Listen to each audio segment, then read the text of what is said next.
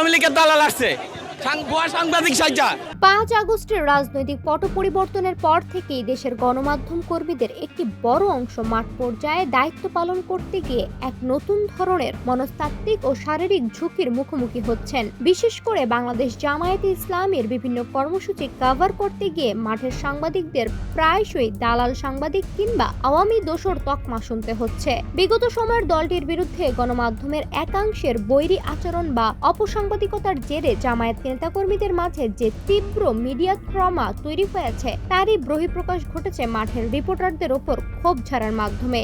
তবে এই ক্ষোভ প্রকাশের ধরন ও অতি উৎসাহী কর্মীদের উগ্র আচরণ দলটিকে যেমন ইমেজ সংকটে ফেলছে, তেমনি গণমাধ্যমের সাথে সম্পর্ককে আরও জটিল করে তুলছে।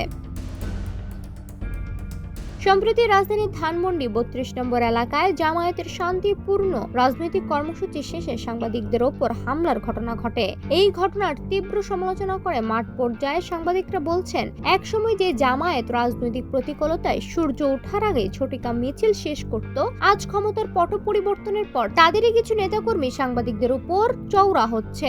সাংবাদিক কেফায়েত শাকিল সামাজিক যোগাযোগ মাধ্যমে লিখেছেন, জামায়াত সংশ্লিষ্টদের মধ্যে মিডিয়া নিয়ে একটি দীর্ঘদিনের ট্রমা করে, তবে তারা ক্ষোভটা উড়ায় ভুল জায়গায়। গণমাধ্যমের কভারেজ পলিসি বা সম্পাদকীয় নীতি নির্ধারণ করে মালিক পক্ষ ও এডিটোরিয়াল প্যানেল, মাঠের সাধারণ রিপোর্টাররা নন। মূলধারার গণমাধ্যমে জামায়াতপন্থী কোনো বিনিয়োগ বা দলটির নীতি নির্ধারকদের সাথে মিডিয়া মালিকদের শক্তিশালী যোগাযোগ না থাকার কারণেই তারা অনেক সময় বস্তুনিষ্ঠ কভারেজ পায় না। কিন্তু এর দায় মাঠের সাংবাদিকদের উপর চাপিয়ে দিয়ে তাদের মারধর বা হেনস্থা করলে হাউজের নীতি পরিবর্তন হবে না, বরং যতটুকু সত্য আসার সুযোগ ছিল তাও বন্ধ হয়ে যাবে।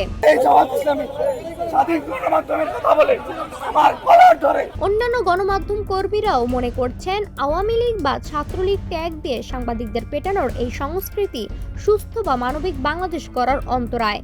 বিপদের সময়ে রাজনীতিতে সাংবাদিকদেরই সবচেয়ে বেশি প্রয়োজন হয়, তাই গণমাধ্যমকে দূরে ঠেলে দিলে কোনো দলই সফল হতে পারে না। এই পরিস্থিতি থেকে উত্তরণের জন্য জামায়াত নেতাকর্মীদের যেমন সংবাদ মাধ্যম বিষয়ে যথাযথ কাউন্সেলিং প্রয়োজন, তেমনি দলটির নীতি নির্ধারকদেরও উচিত মাঠের সাংবাদিকদের উপর চওড়া না হয়ে গণমাধ্যম অঙ্গনের সাথে দ্বিপাক্ষিক সম্পর্ক উন্নয়নের চেষ্টা করা।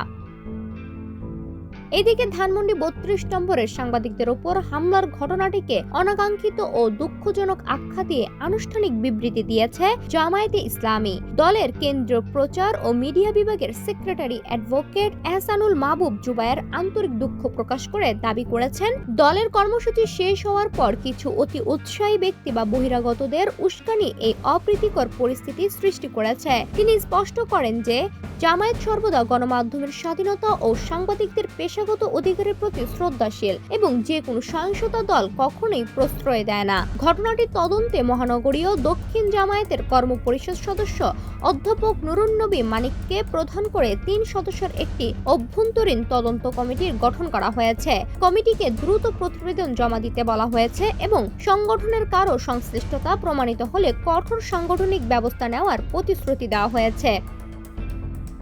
রাজনৈতিক বিশ্লেষকদের মতে জামায়াতের কেন্দ্র থেকে দুঃখ প্রকাশ ও তদন্ত কমিটির গঠন ইতিবাচক হলেও মাঠ পর্যায়ে সাংবাদিকদের নিরাপত্তা ও বস্তুনিষ্ঠ কাজের পরিবেশ নিশ্চিত না হলে দলটির রাজনৈতিক গ্রহণযোগ্যতাও বড় ধরনের প্রশ্নের মুখে পড়বে। ডেস্ক রিপোর্ট, সোনালী নিউজ।